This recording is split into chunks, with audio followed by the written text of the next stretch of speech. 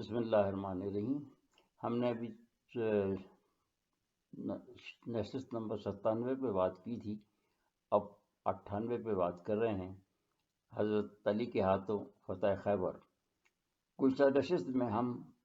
یہاں تک پہنچے تھے کہ اس روز حضور نے حضرت علی کو پرچم عنایت فرمایا، اور وہ بھی اس پیشن گوئی کے ساتھ کہ یہ وہ ہے جو خیبر فتح کرے گا، اور انہوں نے بھی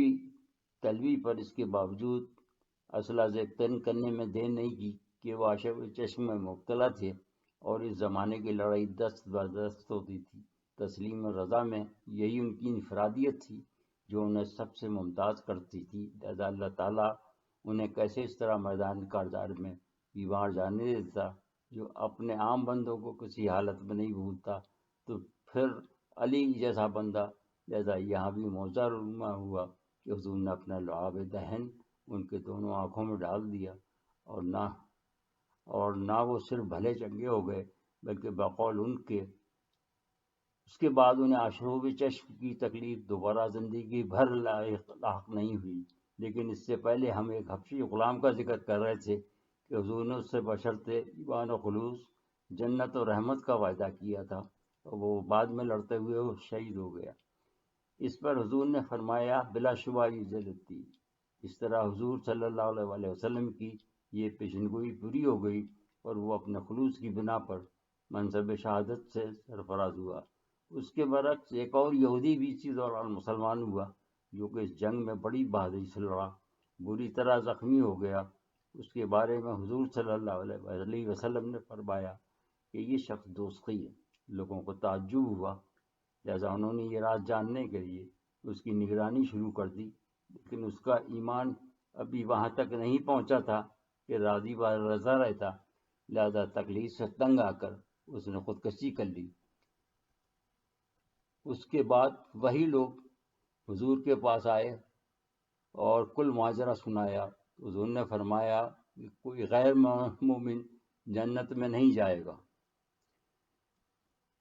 یہ کہ اللہ تعالیٰ کبھی بھی کسی فاسق فاجر سے بھی اشاعت دین کا کام لے لیتا ہے۔ اس میں ان لوگوں کے لیے سبق ہے جو ہر ایک کو جنت یا دوزخ بانٹتے پھرتے ہیں، اس لیے کہ جنت صرف پرخلوص ایمان پر منحصر ہے، اور وہ بھی ہر طرح کا مکمل ہو، نہ کہ آدھا تہائی، اور اسے صرف اللہ تعالیٰ ہی جانتا ہے۔ یہ عام طور سے مشہور ہے کہ حضرت علی رضی اللہ تعالیٰ عنہ نے قلعہ خیبر فتح کیا، مگر دلچسپ بات یہ ہے کہ قلعہ خیبر نام کا کوئی قلعہ تھا ہی نہیں۔ خیبر نام تھا ایک علاقے کا جس میں متعدد قلعے تھے، جو کہ ہر قبیلے یا سردار نے اپنے کنبے یا ذیلی قبیلے کے لیے بنا رکھے تھے۔ اس طرح یہ پورا علاقہ متعدد قلعوں اور چھوٹی گڑھیوں میں بٹا ہوا تھا۔ اس کی وجہ یہ تھی کہ بنی اسرائیل شروع سے ہی 12 قبائل میں بٹے ہوئے تھے، لہذا وہ ایک دوسرے کے ساتھ رہنا تو بڑی بات ہے، ایک چشمے سے پانی بھی پینا پسند نہیں کرتے تھے۔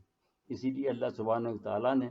حضرت موسیٰ علیہ السلام کو حکم دیا کہ وہ چٹان پہ اپنا عصا ماریں، جس سے 12 چشمے جارے ہو گئے، اور ہر قبیلے نے اپنا اپنا چشمہ الگ مقرر کر دیا۔ فتح فلسطین کے بعد کچھ عرصے تو یہ متحد رہے، اس کے بعد آپس میں جنگ و جدال کا دور ایک عرصے تک رہا، اور آخر میں حضرت یعقوب علیہ السلام کے بڑے صاحبزادے یہوذا کی اولاد نے اقتدار پر قبضہ کر لیا، جو کہ ان کے نام کی مناسبت سے یہودی کہلائے، اور انہوں نے تورات کو تو ایک طرف رکھ دیا، اس کے بجائے تلمود کو رتب کی، جس نے تورات کی جگہ لے لی۔ اس لیے قرآن نے ہمیشہ اصل امت موسیٰ علیہ السلام کے لیے بنی اسرائیل کا لقب استعمال کیا۔ صرف ایک دو جگہ یہودی کا لفظ استعمال ہوا ہے، جو تاریخ میں نہیں ہے بلکہ مذمت میں ہے، کہ بنی اسرائیل میں جب تک بنی اسرائیل تھے اس وقت تک وہ تھوڑا یا بہت تورات پر عامل تھے۔ اس کے بعد ان کے ربائیوں نے اصل شریعت موسوی کو چھوڑ کر یہ نئے فقہ کی بنیاد مرتب کر لی، جس سے شریعت موسوی پر ان کی اجارہ داری قائم ہو گئی، اور جو کہ جوڈیزم یا یہودیت کا اساس ہے۔ اس وضاحت کے بعد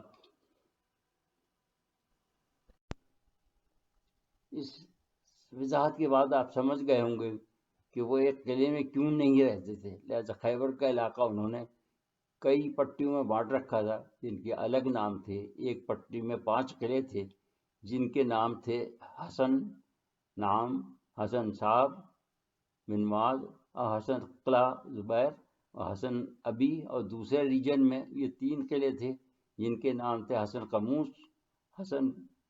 وطی اور حسن سلالم۔ پہلے 3 قلعے جس میں علاقے میں واقع تھے وہ نتات کہلاتا تھا، اس میں پہلے 3 قلعے ہی شامل تھے۔ اس کے بعد کا علاقہ شک کہلاتا تھا جس میں 2 قلعے تھے، اور تیسرا ریجن کتیبہ کہلاتا تھا جس میں باقی 3 قلعے تھے، لیکن ان میں سے قلعہ نام سب سے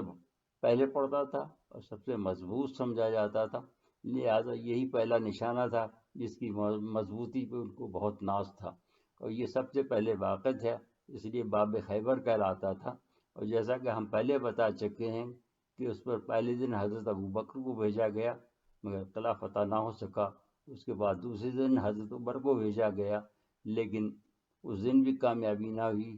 تب حضور نے فتح کی خوشخبری کے ساتھ حضرت علی کو بھیجا اور ہدایت دی کہ پہلے ان کو اسلام کی دعوت دیں اور اگر نہ مانے تو حملہ کر دیا جائے، لہذا حضرت علی رضی اللہ تعالیٰ عنہ نے اس پر عمل کیا، لیکن انہوں نے بجائے اسلام قبول کرنے کے بذکہ اڑایا کہ ہماری کتاب میں تو یہ نہیں لکھا ہوا ہے کہ اسلام کا کوئی آدمی اس قلعے کو فتح کرے گا۔ جب ان کا سردار مرب جو کہ 1000 سواروں کے برابر سمجھا جاتا تھا اور اس کا بھائی یاسر دونوں مارے جا چکے تو ان کے باقی ساتھی بھاگ کھڑے ہوئے اور انہوں نے دروازہ بند کر لیا، لیکن حضرت علی اس قدر جوش میں تھے کہ قلعے کا دروازہ ایک جھٹکے میں کھول لیا۔ اس طرح اسلامی فوج قلعے میں داخل ہو گئی اور وہ قلعہ فتح ہو گیا۔ اس کے بارے میں ان کا خیال تھا کہ ناقابل تسخیر ہے۔ یہاں دروازے کے بارے میں بھی اختلاف ہے، کچھ مورخین نے لکھا ہے کہ ان کے ساتھ جو 8 آدمی تھے ان میں سے ایک کا بیان ہے کہ ہم 8 نے مل کر اسے اٹھانا چاہا تو ہم سے نہیں ہلا۔ ایک اور مورخ نے لکھا ہے کہ 40 آدمیوں نے مل کر اٹھانا چاہا مگر وہ نہ ہلا، اور ایک دوسرے مورخ نے لکھا ہے کہ وہ 70 آدمیوں سے نہیں اٹھایا گیا۔ بہرحال اس پر سب متفق ہیں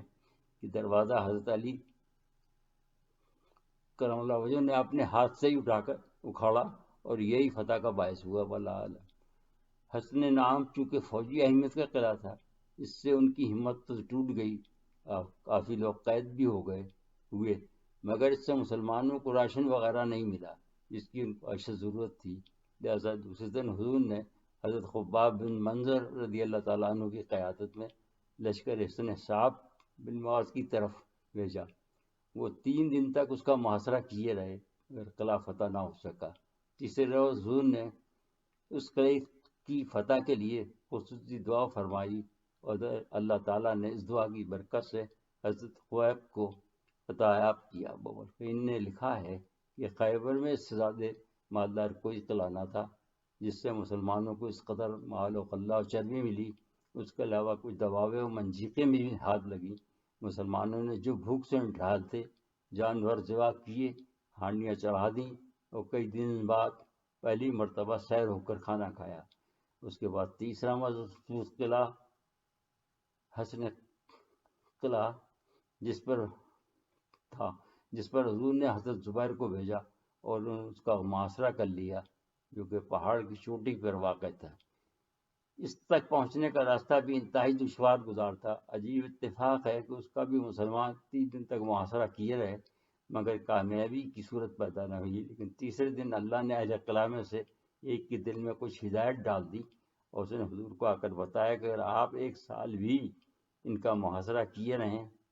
گے تو ان کے پاس خوراک کا اتنا بڑا ذخیرہ ہے یہ فتح نہیں ہو سکے گا، لہذا آپ ان کے ذخیرے آپ پر قبضہ کر لیں اور ان کا پانی بند کر دیں جو کہ قلعے کی پشت پر، یہ رات کو نکل کر اس سے پانی بھر لیتے ہیں۔ اس کے سوا چونکہ کوئی چارہ نہ تھا لہذا حضور نے پانی بند کرنے کی اجازت دے دی اور اس طرح یہ قلعہ بھی فتح ہو گیا۔ چونکہ یہ حضرت زبیر کے ہاتھوں فتح ہوا تھا اس لیے بعد میں اس کا نام حسن زبیر پڑ گیا، اور اس کے بعد حضرت ابو دجانہ سماک بن فرشتہ کی قیادت میں مسلمانوں نے قلعہ ابی کا محاصرہ کر لیا، بالآخر وہ قلعہ بھی فتح ہو گیا۔ اس طرح یہ پوری ریجن ایک کے بعد دیگرے مسلمانوں نے فتح کر لی، جو ان کا سب سے مضبوط علاقہ سمجھا جاتا تھا۔